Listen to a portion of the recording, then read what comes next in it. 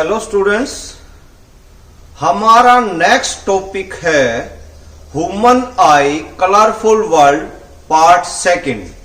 First part में हमने human आई के बारे में पढ़ा है, डिफेक्ट्स ऑफ आई के बारे में पढ़ा है और रिमूवल ऑफ डिफेक्ट्स ऑफ आई के बारे में पढ़ा है। नेक्स्ट टॉपिक है हमारे पास रिफ्रैक्शन थ्रू ए प्रिज्म। सबसे पहले तो ये देखिए प्रिज्म होता क्या है। ये है आपका चैप्टर 11 क्लास 10th और प्लस 2 में भी ऑप्टिक्स में सेम टू सेम टॉपिक्स हैं। एक एक को क्लियर कर लेते हैं। सबसे पहले देखते हैं प्रिज्म होता क्या है। अर्लियर वीडियोस में हमने refraction through a glass slab पढ़ा है, यानी हमने क्या किया है, एक रेक्टेंगुलर ग्लास स्लैब ली थी और हमने क्या किया था, इसके थ्रू हमने क्या पढ़ा था, रिफ्रैक्शन पढ़ा था। अब हमें पढ़ना है रिफ्रैक्शन थ्रू ए प्रिज्म। इस ट्रायंगुलर शेप का प्रिज्म होता है, इसके 3 एज होते हैं रिफ्रैक्टिंग एज। जो रिफ्रैक्शन का प्रोसीजर है वो सेम रहेगा, कभी भी चेंज नहीं आएगा। सबसे पहले हम ये देखते हैं, मान लो ये कोई रे है, इसका नाम था इंसिडेंट रे, और ये है आपके पास एयर, ये है आपके पास ग्लास, यानी ये मीडियम आपके पास रेयर मीडियम, ये मीडियम आपके पास डेंसर मीडियम। अब मान लो ये हम क्या मान लेते हैं, एक नॉर्मल मान लेते हैं।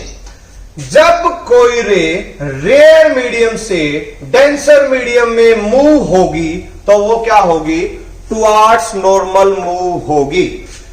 अब रिफ्रैक्शन थ्रू ए प्रिज्म और refraction through a glass rectangular glass slab में एक फर्क है। जब व्हाइट लाइट किसी भी प्रिज्म के अंदर एंटर करती है ना, तो वो अपने कंस्टिट्यूएंट कलर्स में चेंज हो जाती है। ग्लास स्लैब में तो वो जैसी थी विद रिफ्रैक्शन निकल जाएगी, लेकिन प्रिज्म में क्या होता है, जिन कलर से मिलके वो व्हाइट लाइट बनी है वो उन्हीं कलर्स में क्या हो जाती है, चेंज हो जाती है। अब ये चेंज होती है, आपकी व्हाइट लाइट जो बनी होती है वो 7 कलर से बनी होती है और उनकी सीरीज बनती है V से लेके R तक।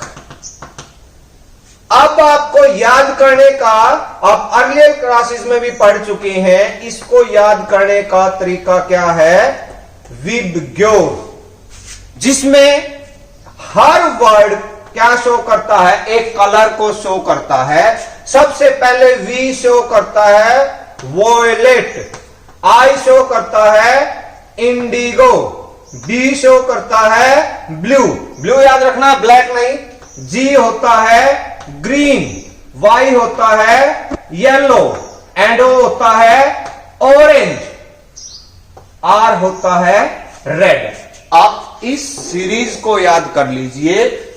रिफ्रैक्शन और डिस्पर्जन दोनों टॉपिक आपके क्या हो जाएंगे, क्लियर हो जाएंगे। इनकी सीरीज होती है ये, V सबसे नीचे होता है, R सबसे ऊपर होता है। अब ये तो हो गया refraction through a glass prism. Next topic जो है बिल्कुल इसी में से निकल के आएगा, वो है आपके पास डिस्पर्जन ऑफ लाइट। डेफिनेशन देखते हैं डिस्पर्जन ऑफ लाइट की। When a white light is incident on a glass prism, it is converted into its constituent colors. This process is known as dispersion of light. क्या है, जब कोई white light किसी prism पे fall होती है तो वो अपने कंस्टिट्यूएंट कलर्स में चेंज हो जाती है, यानी जिन कलर से मिलके वो बनी हुई है उन कलर्स में क्या हो जाती है, चेंज हो जाती है। और उसी प्रोसेस को हम क्या बोलते हैं, डिस्पर्जन ऑफ लाइट बोलते हैं। नेक्स्ट टॉपिक है भाई आपके पास एटमॉस्फेरिक रिफ्रैक्शन। अब क्या होता है, ये प्रिज्म हम ना भी यूज करें ना, तो कुछ पार्टिकल्स हमारे पास हमारे एटमॉस्फेयर में ऐसे हैं जो क्या करवा देते हैं, डिस्पर्जन ऑफ लाइट प्रोसेस को क्रिएट करवा देते हैं। फॉर एग्जांपल जैसे हम अपने एटमॉस्फेयर की बात करते हैं, एटमॉस्फेयर में हमारे पास क्या क्या है, डस्ट पार्टिकल्स हैं, मैनी गैसेस हैं, वाटर वेपर्स हैं। तो क्या हो जाता है, उनकी वजह से आपके पास डिस्पर्जन ऑफ लाइट हो जाता है। एग्जांपल देखते हैं, रेनबो। रेनबो कैसे बनता है भाई आपके पास, जब मान लो कोई भी आपके पास वाटर ड्रॉप्स है, वाटर ड्रॉप्स में क्या हो जाता है, वाटर ड्रॉप्स में रिफ्रैक्शन ऑफ लाइट होके और आपके पास डिस्पर्जन ऑफ लाइट शुरू हो जाता है।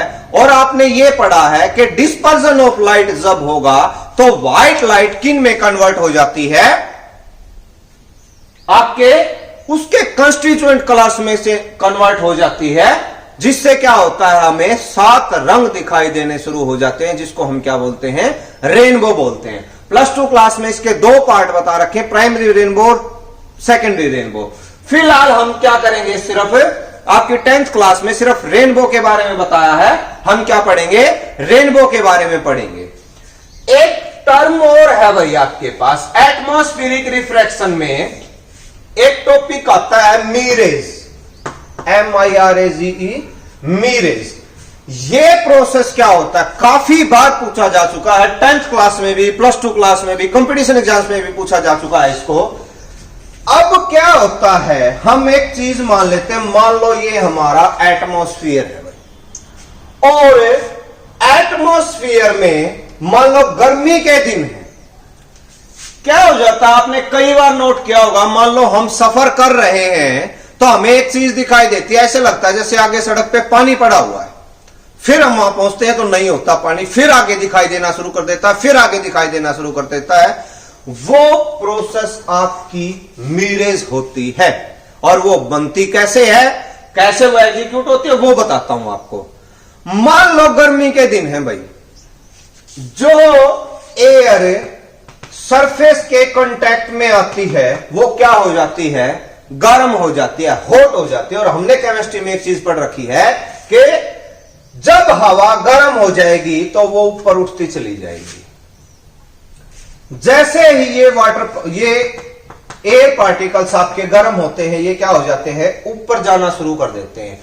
इसी तरीके से एटमॉस्फेयर में क्या बन जाता है, आपके पास 2 मीडियम बन जाते हैं। और जहां पे 2 मीडियम बन रहे होंगे और उनसे रे का ट्रांसफर होगा तो एक ही प्रोसेस निकल के आती है, जिसको हम क्या बोलते हैं, रिफ्रैक्शन ऑफ लाइट। अब क्या हो जाता है, मान लो दोबारा एक बार हम डेफिनेशन देखते हैं। रिफ्रैक्शन में हमने ये पढ़ा है कि कोई रे एक मीडियम से दूसरे मीडियम में जाती है तो वो अपने ओरिजिनल पाथ से डेविएट होती है। लेकिन हमने एक चीज और पढ़ी है जिसका नाम था रिफ्लेक्शन। रिफ्लेक्शन में क्या होता है, उसी मीडियम से रे आती है और उसी मीडियम में वापस चली जाती है। जब इस तरीके का प्रोसेस होता है तो वो क्या होता है, आपका रिफ्लेक्शन होता है। लेकिन एक बात और याद रखिए, हमने ये पढ़ा है जब कोई रे डेंसर मीडियम से रेयर मीडियम में जाएगी तो वो अवे फ्रॉम नॉर्मल होगी। इन तीनों बातों को ध्यान रख के नेक्स्ट टॉपिक आपका क्लियर हो जाएगा। सबसे पहले हमने यहां से शुरू किया है कि ये एयर जो है, एयर पार्टिकल्स जो है, ये ऊपर मूव होना शुरू हो जाएंगे, राइजेस अप हो जाएंगे और आपके पास 2 मीडियम बन जाएंगे। ये मीडियम बन जाएगा आपके पास डेंसर मीडियम, और जो सरफेस के नजदीक मीडियम है वो मीडियम बन जाएगा आपके पास रेयर मीडियम। अब हम एक एग्जांपल ले लेते हैं। मान लो यहां पे कोई पेड़ है भाई, ये मीडियम कैसा है, डेंसर मीडियम, ये कैसा है, रेयर मीडियम। कोई रे यहां से आई भाई, वो मीडियम किसमें आ गई, डेंसर। अब वो हम इसको क्या मान लेते हैं, नॉर्मल मान लेते हैं। अब वो डेंसर मीडियम से रेयर मीडियम में आ रही है, तो इसका मतलब क्या हो जाएगा, वो अवे फ्रॉम नॉर्मल जाएगी। फिर एक नॉर्मल यहां बन जाएगा, denser to rarer away from normal, denser to rarer away from normal. इस तरीके से जो रे जिस मीडियम से आई थी उसी मीडियम में वापस चली गई। सबसे फर्स्ट वीडियो को याद कीजिए, उसमें मैंने यह बताया था कि रिफ्लेक्शन क्या होता है, जिस मीडियम से रे आए उसी मीडियम में वापस चली जाए, उस प्रोसेस को हम क्या बोलते हैं, रिफ्लेक्शन ऑफ लाइट। एक नई चीज निकल के आई है यहां से, लेकिन यहां पे कोई पर्टिकुलर मीडियम ऐसा नहीं था जिसका नेचर रिफ्लेक्टिंग हो, यानी मिरर हो। हमने मिरर नहीं रखा यहां पे। जब क्या हो, रिफ्रैक्शन इतना ज्यादा हो जाए कि जिसकी वजह से रिफ्लेक्शन टेक प्लेस कर ले, उस प्रोसेस को हम टोटल इंटरनल रिफ्लेक्शन बोलते हैं। क्या बोलते हैं, टोटल इंटरनल रिफ्लेक्शन। डेफिनेशन देखिए, when refraction is so observe that the ray coming from the medium returns to the same medium, then the process which takes place is known as total internal reflection. अब हम क्या करेंगे, ये रे उसी medium में वापस चली गई, लेकिन हमें इसकी एक इमेजिनरी इमेज दिखाई देगी इसी पेड़ की, इसी के नीचे। और ऐसी इमेज कहां पे बनती हैं, पानी में बनती है, यानी वाटर इमेज बनी हुई है इसकी। इसलिए इस प्रोसेस को हम क्या बोलते हैं, टोटल इंटरनल रिफ्लेक्शन बोलते हैं। इसी वजह से हमें क्या होता है, सड़क पे पानी पड़ा दिखाई देता है। नेक्स्ट टॉपिक आपके पास मेरे समझ में आएगा, बिल्कुल सेम टू सेम है, इसका अपोजिट है बिल्कुल, वो है लूमिंग। आपके सिलेबस में नहीं है, वैसे थोड़ा सा बता देता हूं। लूमिंग में क्या होता है, जहां बहुत ज्यादा ठंडा एरिया होता है ना, मतलब वहां पे आपको क्या दिखाई देता है, जो पानी का जहाज है ना, वो हवा में लटका दिखाई देता है। बिल्कुल इसका उल्टा प्रोसेस होता है, वो ये आपको नीचे दिखाई दे रहा है, वो जहाज अगर यहां पे होगा तो आपको यहां पे दिखाई देगा। इसके अपोजिट प्रोसेस से ज्यादा सा ध्यान देने की जरूरत नहीं है इस टॉपिक पे, लेकिन एक बार याद रख लेना कि लूमिंग भी जो प्रोसेस होती है वो भी किसकी वजह से होती है, टोटल इंटरनल रिफ्लेक्शन की वजह से होती है। अब बात आती है आपके पास एटमॉस्फेरिक रिफ्रैक्शन से होता क्या क्या है। सबसे पहला तो आपको क्या दिखाई देता है, ट्विंकलिंग ऑफ स्टार। आपने अर्लियर क्लासेस में पढ़ा है कि अगर हमें स्टार और किसी प्लेनेट के बीच में फर्क देखना है, हम आसमान में देखते हैं रात को, हमें तारे भी दिखाई देते हैं, जैसे ऐसे लगता है जैसे सारे के सारे तारे हैं, लेकिन उसमें से कुछ ग्रह भी होते हैं, यानी प्लैनेट्स भी होते हैं। तो उनको डिफरेंशिएट करने का एक ही तरीका है, जो स्टार होगा वो आपको टिमटिमाता हुआ नजर आएगा। उसका रीजन है अभी बताएंगे, लेकिन जो प्लैनेट है वो आपका टिमटिमाता हुआ नजर नहीं आएगा। सबसे पहले ट्विंकलिंग ऑफ स्टार का मतलब क्या है कि वो तारा जो आपको टिमटिमाता हुआ नजर आता है, इसमें क्या होता है आपके पास है, वो एक बार आपको इस पोजीशन पे दिखाई देगा, दूसरी बार इस पोजीशन पे दिखाई देगा, यानी वो क्या होता रहेगा, ट्विंकल होता रहेगा।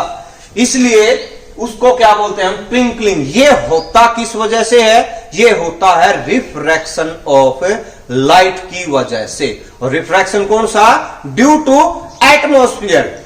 अब इसका रीजन सुन लीजिए, इसका रीजन होता है जो आपके स्टार्स हैं वो बहुत ज्यादा दूर होते हैं, जिनकी वजह से क्या होता, उनको बहुत लॉन्ग डिस्टेंस ट्रेवल करना पड़ता है, कहां पे, एटमॉस्फेयर तक आने के लिए। अब लाइट जो होती है उसको ट्रेवल करने के लिए किसी मीडियम की आवश्यकता नहीं होती है,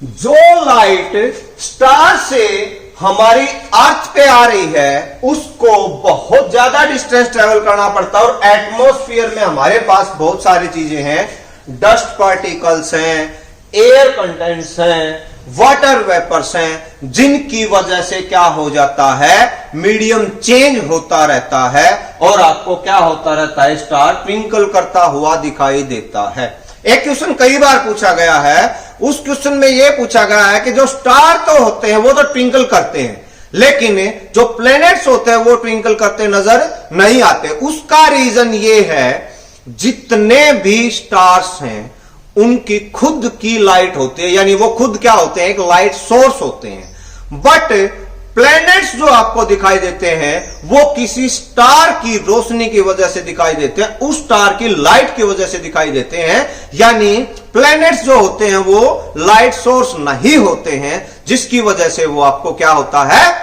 आपको ट्विंकल करते नजर नहीं आते हैं। अब फर्स्ट टॉपिक बन गया था आपके पास twinkling of star atmospheric refraction की वजह से। सेकंड टॉपिक है sunrise and sunset 2 minutes at sunrise, 2 minutes at sunset.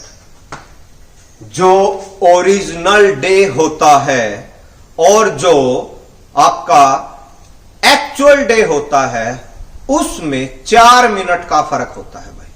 इसका मतलब क्या हुआ, 2 मिनट पहले हमें सन दिखाई देना शुरू हो जाता है होरिजन पे आने से पहले, और 2 मिनट बाद तक दिखाई देता है कब, उसके सनसेट होने के बाद, यानी होरिजन के नीचे जाने के बाद भी हमें क्या दिखाई देता रहता है, 2 मिनट तक दिखाई देता रहता है। उसका रीजन देखिए, मान लो ये हमारा अर्थ का ओरिजिन है और फिलहाल सन है यहां पे। हमें क्या होता है, जब इसको क्या करना पड़ता है, ट्रैवल करनी पड़ती है लाइट, इस तरीके से इसकी लाइट ट्रैवल करती है और आपको क्या दिखाई देना शुरू कर देता है, इस तरीके से सन दिखाई देना शुरू कर देता है। इस पोजीशन से लेके ये पोजीशन अटेन करने में एक सन को 2 मिनट का टाइम लगता है। 2 मिनट में वो यहां पहुंच जाता है, लेकिन होरिजन से ऊपर आपको 2 मिनट पहले दिखाई देना शुरू कर देता है। यह किसकी वजह से है, रिफ्रैक्शन की वजह से। नेक्स्ट टॉपिक है वही आपके पास scattering of light. Scattering of light क्या होती है, अभी अभी हमने एक चीज पढ़ी है कि हमारे एटमॉस्फेयर में वाटर वेपर्स हैं, एयर पार्टिकल्स हैं, बहुत सारे डस्ट पार्टिकल्स हैं, जिसकी वजह से क्या हो जाता है, आपका एटमॉस्फेरिक रिफ्रैक्शन होता है। नेक्स्ट चीज है, इन्हीं की वजह से एक प्रोसेस फॉलो होता है जिसका नाम होता है scattering of light.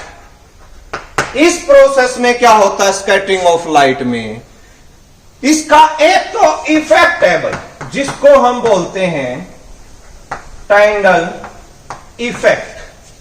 Scattering of light की वजह से आपको ब्लू कलर ऑफ स्काई होता है, वो आपको दिखाई देता है। कोई एस्ट्रोनॉट जब अंतरिक्ष में जाता है तो उसको ब्लू कलर दिखाई नहीं देता है, उसको सिर्फ डार्क कलर दिखाई देता है, यानी ब्लैक कलर दिखाई देता है। एटमॉस्फेयर में रहते हुए आपको ब्लू कलर नजर आता है।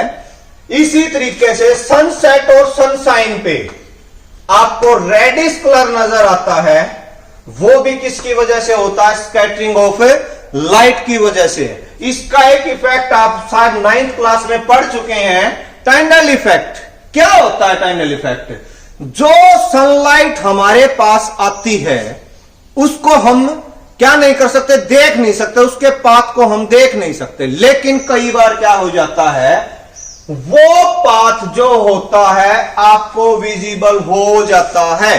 फॉर एग्जाम्पल, अगर हम एक कमरे को बिल्कुल बंद कर देते हैं और उसमें से कोई इस तरीके से एक विंडो या बहुत छोटा पार्ट अगर हम खुला छोड़ देते हैं तो हमें वहां से लाइट आती हुई दिखाई देती है, यानी path of light become visible, जिसको हम क्या बोलते हैं, टाइंडल इफेक्ट बोलते हैं। यही था इस टॉपिक में। आपने सबसे पहले इसमें रिफ्रैक्शन थ्रू ग्लास प्रिज्म पढ़ा, उसके बाद आपने डिस्पर्जन ऑफ लाइट पढ़ा, एटमॉस्फेरिक रिफ्रैक्शन पढ़ा है, मिरेज लूमिंग के बारे में पढ़ा है, रेनबो के बारे में पढ़ा है, स्कैटरिंग ऑफ लाइट के बारे में पढ़ा है, कलर सनसेट और सनराइज पे रेडिश होता है, ब्लू कलर होता है स्काई का, क्लाउड्स व्हाइट होते हैं आपके, और उसके बाद हमने ये भी पढ़ा है कि जो एक्चुअल डे और विजिबल डे होता है उसमें 4 मिनट का फर्क होता है। वो क्यों होता है? इसी तरीके से ये आपका चैप्टर कंप्लीट हो चुका है। नेक्स्ट वीडियो में हम इसी चैप्टर के एनसीईआरटी के क्वेश्चन आंसर सोल्व करेंगे और इसके ऊपर जितने भी न्यूमेरिकल बनेंगे उनको शो करेंगे। Thank you.